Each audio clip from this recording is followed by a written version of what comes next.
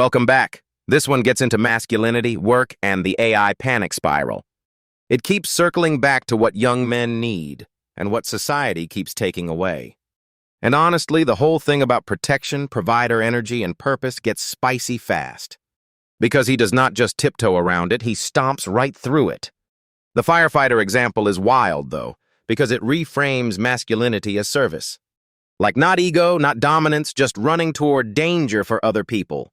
That part is actually powerful because it makes masculinity feel useful instead of theatrical, which is a nice change from the usual social media version of being a man. The internet version is mostly watches, jawlines, and quotes from nobody. But his point is that protection is really the first instinct. And he widens that out too, saying masculinity is not only for men born male. That matters because otherwise the whole conversation gets too tribal too quickly. He basically says if someone is being hurt, you protect first and analyze later. That is such a clean moral instinct, actually.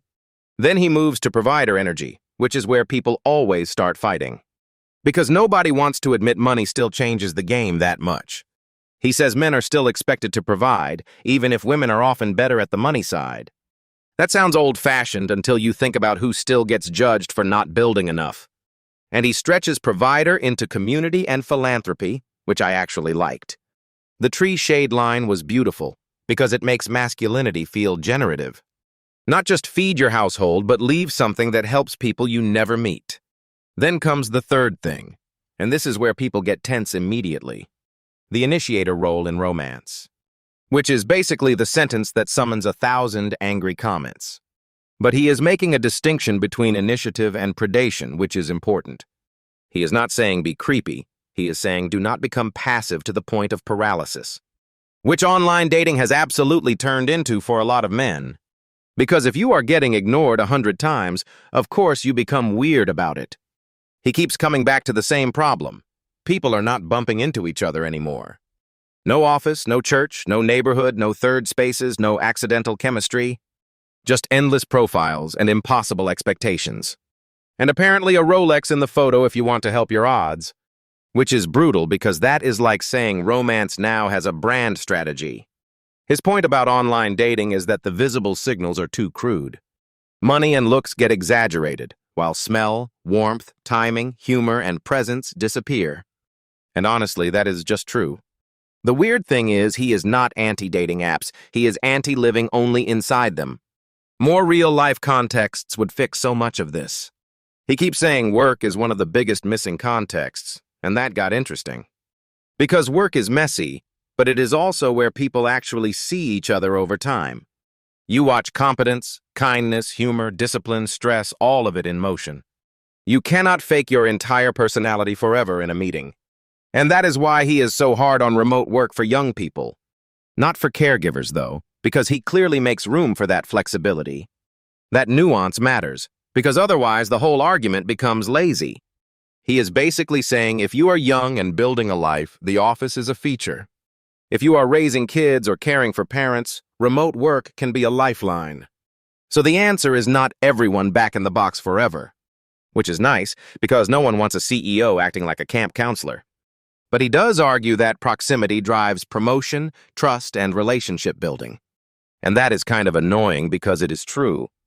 The person physically near power often gets the opportunity. That is not a moral statement. It is just how organizations work. Which is why he keeps pushing third spaces, service, and more money in young people's pockets. I love the national service idea because it creates shared life outside work. Not military only, but some civic structure where people meet, serve, and connect. That feels way more realistic than expecting everyone to magically become social again. Humans need a reason to leave the house besides overpriced coffee and doom scrolling. And then the AI part comes in, which is where he gets very confident. He is not buying the apocalypse or utopia narrative. Basically, he thinks the doom merchants are being dramatic for clicks. His bigger fear is not that AI is alive, but that humans will misuse it badly. Especially in misinformation, elections, and manipulation. That part is actually scary because the incentives are already broken. He thinks government has to move first, not wait for the tech companies to grow a conscience. And he is pretty cynical about CEOs saying they want regulation while lobbying against it. Which fair, that is a pretty classic move. He is basically saying the real first responders here are legislators and regulators. Not because they are sexy, but because they are the only ones who can slow the damage. Then he flips the fear a bit and says AI will probably create more jobs over time. Just not the same jobs and not for the same people unless they adapt. That is the part people hate, because adaptation is hard and uneven. But he is not wrong that every major technology wrecks one layer and builds another. The farming example is brutal in a good way.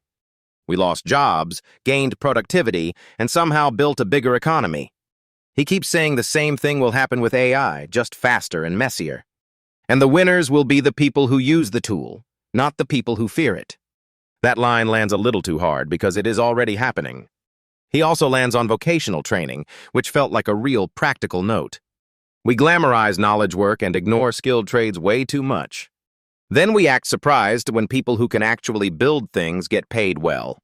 His point is that not every future job is a laptop job. Some of them will be fixing, installing, building, maintaining, and managing systems. So the long-term story is less collapse and more redistribution. But the short-term story is still chaos for a lot of people. That is usually where the pain lives. I think that is why the ending felt so optimistic, even after all the anxiety. He keeps coming back to purpose, not just paychecks. Because people do not only want money, they want motion, challenge, and belonging. That is the through line across masculinity, work, dating, and AI. Which is annoying because it means the answer is never one neat app or policy. It is always more human than that. And that feels like a good place to land this series. We started with young men feeling lost, and ended with purpose as the real fix. Not simple, not tidy, but at least honest. And honestly, that is the whole vibe of the conversation.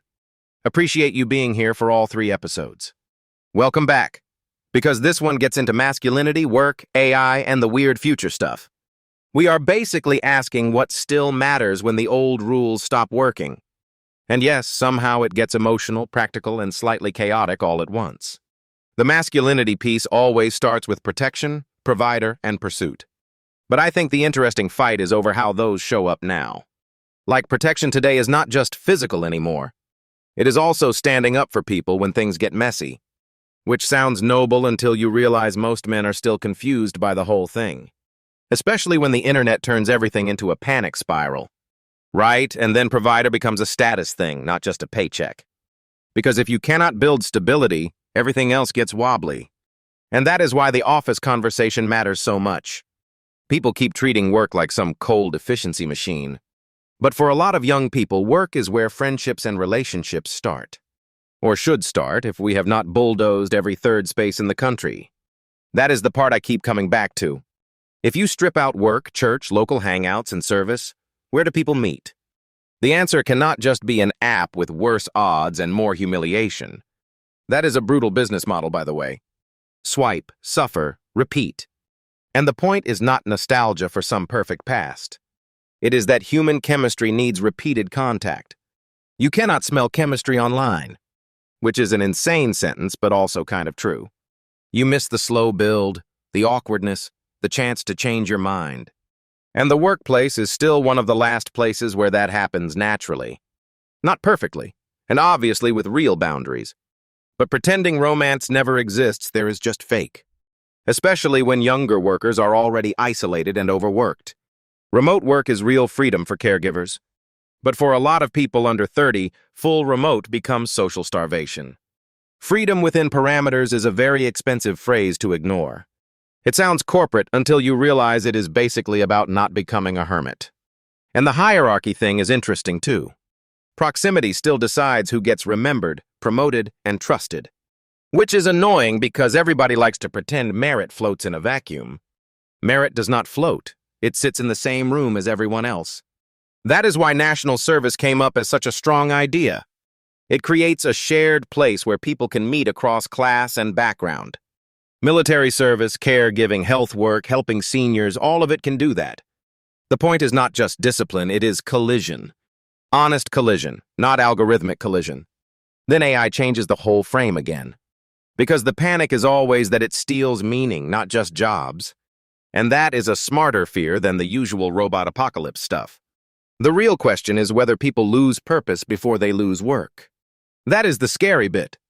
But the optimistic view is that every big technology has destroyed some work and created more. Just not in the same places or for the same people.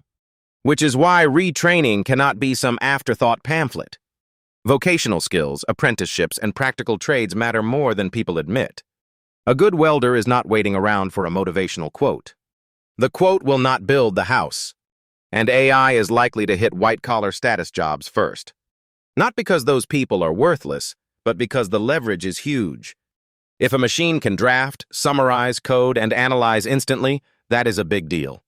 But I do think the conversation gets lazy when it becomes pure doom. The more interesting question is what humans get better at when machines get faster.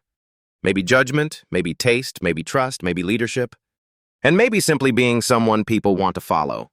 Which is a very unsexy way to describe power, but here we are. The wild part is that the future may reward human stuff even more. Not less human, more human. That means community, courage, humor, and actual presence matter again. Which brings us back to the same point from the whole series. Lonely people do not just need money, they need places and people. And they need systems that do not make connection harder at every turn. That is the boring truth nobody can meme into existence. Young men need purpose, not just advice. And the future will probably reward the people who can still build it. I think that is a pretty good note to close this on. We started with loneliness and ended with belonging. We started with a crisis and kept finding the same answer in different forms. Annoying but useful. And honestly, that has been the whole point of the series. Thanks for riding through all 3 episodes with us. We will catch you in the next one. Welcome back. This final episode is about masculinity, work, AI, and what comes next. The thread is simple. If purpose gets shaken, what still holds people together? Because that is where the whole conversation gets very real, very fast. He starts with this idea that masculinity means protector, provider, and initiator. And immediately, you can hear people arguing with their own eyebrows. Right, because everyone wants the useful parts and hates the awkward parts. But his point is that protection is still a deep human instinct. He uses firefighters as the example, which is kind of hard to argue with. 9 people running into danger while everyone else is running out. That lands harder than 1,000 Instagram quotes about strength. And he broadens it too, saying women can absolutely display those traits. That part matters because he is not making masculinity a cage. He is basically saying, please do not turn a useful idea into a cult. Which is good advice for most things, honestly. What I found interesting is how much of it is really about responsibility. Not dominance, not chest thumping, just responsibility. That feels older and more durable than all the internet noise. Then he gets into dating, and that gets messy in the most familiar way. Because of course it does. The apps are basically a gladiator arena with selfies. The brutal part is his math. Online, money signals for men and looks for women. Which is rude, but also annoyingly recognizable. And his argument is that most people are not in the top 10% of either. So the app world becomes a giant machine for making average people feel invisible. That is the part people keep pretending is just a personal problem. He is saying the market structure itself changed the experience of finding someone. And his fix is not romantic poetry. It is literally more places to bump into people. Work, third spaces, community service, school, neighborhood life. Basically, real life is back, everyone. Rebrand it if you want, but that is the answer. And he is dead serious that we have stripped those encounters away. We do less church, less volunteering, less walking around, less everything. We replaced spontaneity with a profile and a swipe.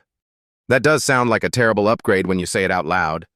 The workplace sections is where he gets loudest, and I get why. He thinks work is one of the last real places where adults actually meet. And not just meet, but see competence, humor, stress, character. Those things are hard to fake across a screen.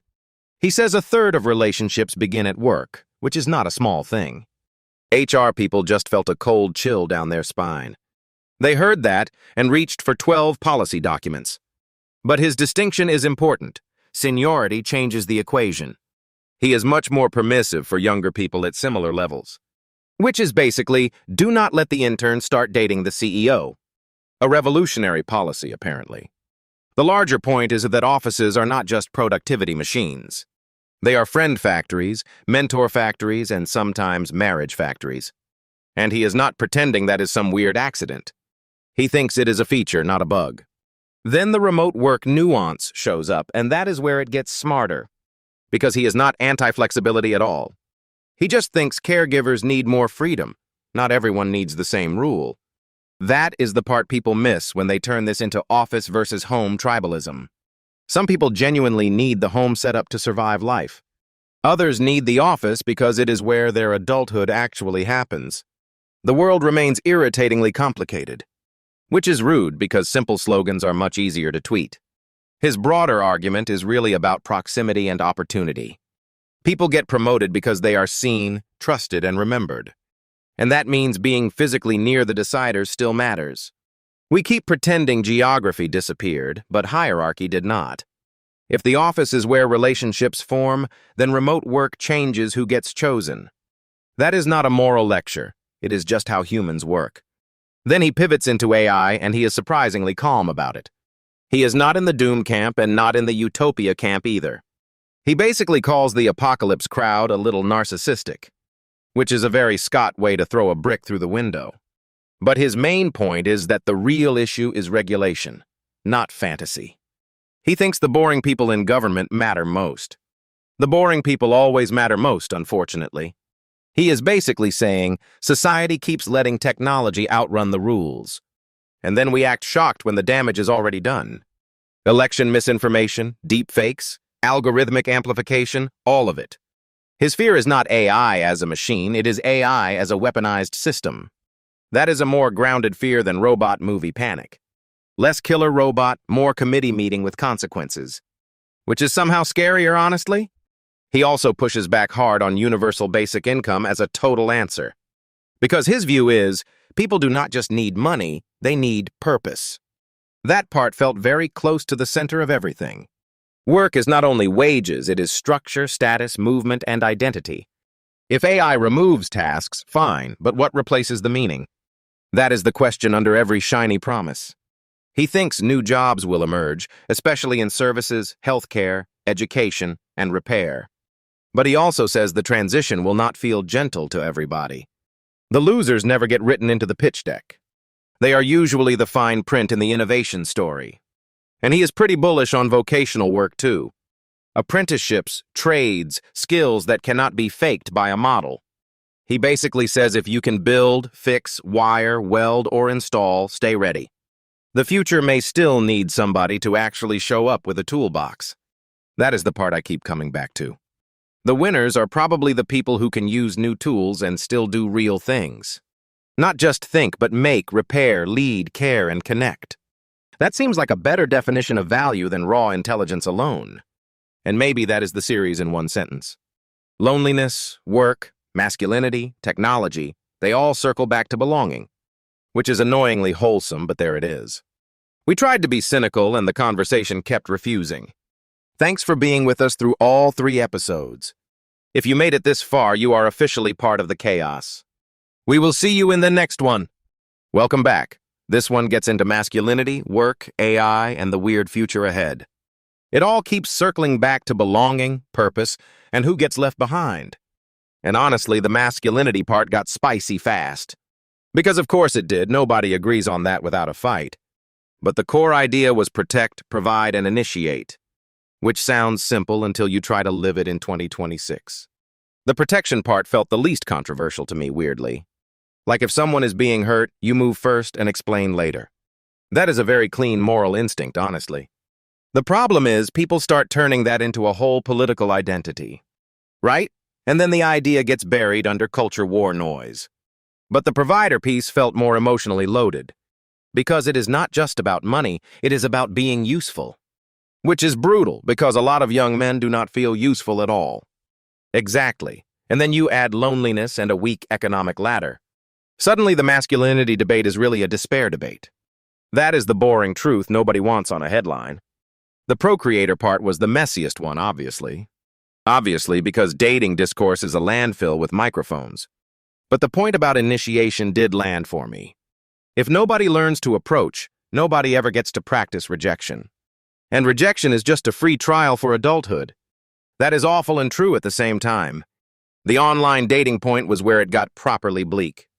Because the app compresses people into money and looks. And then everybody acts shocked that the experience feels humiliating. In person, you actually get smell, humor, pace, awkwardness, all the human stuff. That is the stuff that makes people fall in love slowly.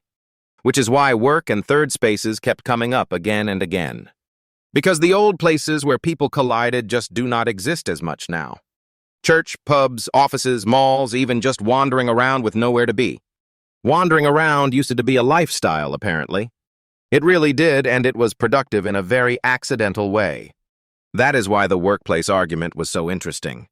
It was not nostalgia, it was infrastructure. People need repeated contact before anything meaningful can happen. And remote work removes a lot of those accidents. Not for everyone, though, because caregivers clearly need flexibility. That was the nuance I liked most. Freedom, but within parameters that still build community. Which is a very civilized way to say, get out of your bedroom sometimes. Exactly, and also maybe iron your shirt. The awkward truth is that proximity still drives opportunity. Promotions, relationships, mentoring, all of it. That is why the office still matters for younger people especially. Even if everyone online wants to declare it dead. The office has been pronounced dead so many times it is basically immortal. Like every other thing people say is over because TikTok said so. Then AI came in and suddenly the conversation got much more existential. Because this is the first technology that seems aimed at our minds, not our muscles. That is what makes the fear feel different. But also humans have a terrible track record of predicting the future. We always see the jobs disappearing before we see the new ones arriving. And this time the scary part is that the new thing can think faster than us. Like 1,000,000 times faster is a genuinely wild sentence. But the response was not panic. It was basically adaptation or get crushed. And also regulation, because nobody trusts the companies to police themselves. Which is fair because they always say the nicest thing in public. Then they hire a small army of lobbyists and go shopping in Washington. That was probably the least surprising part of the whole episode. The AI misinformation point was especially dark. Because if elections get flooded with synthetic lies, that scales brutally fast. And people are always one step behind the bad incentives. But even there, the answer was not apocalypse, it was governance. Plus figuring out how to share the gains with ordinary people. Which brought us back to purpose, not just income. That is the part I keep thinking about after this whole series. If work changes, what replaces the structure that work gave people? Because a paycheck is not the same thing as meaning. Though a paycheck does make meaning easier to survive. That is also painfully true. I think that was the deepest thread across all 3 episodes. The systems are changing, but people still need to feel chosen, needed, and seen. That is what all the arguments were pointing at, underneath everything. And that is a pretty good note to end the series on, honestly. If you have been here for all 3, thank you for staying with the mess. We started with loneliness and ended up talking about civilization, which feels on brand. We will see you in the next one.